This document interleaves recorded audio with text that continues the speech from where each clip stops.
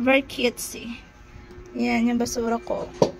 So, meron ako nabiling ash can. Oh, so, napaka-cute niya kasi pwede mong itong lagyan ng mga basura. Tapos, lalagyan mo lang ng plastic para hindi madumihan yung loob niya. So, ganyan siya kalaki, oh.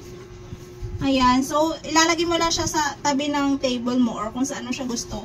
Tapos, meron na siyang pang, sabitan na isasabit mo na siya. Example, yung dito sa gilid ko kasi nilalagay ko siya.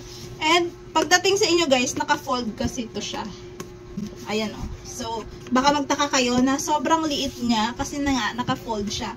Tapos, pagdating dito, ibububukan nyo na lang siya. Okay?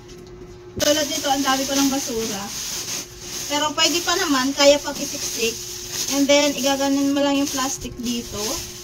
Tapos, ito, ilalagay mo siya dito para hindi siya bumalik. Ayan. Tapos, na din, para may, hindi malaglag yung inyong plastic. And then, itong side na to, siya yung ilalagay mo dun sa sabitan mo. So, magiging ganito na siya, guys.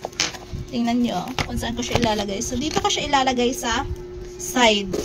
Kasi, marami akong basura. So, ganyan na yung itsura niya, guys. Oh, yan. O, diba?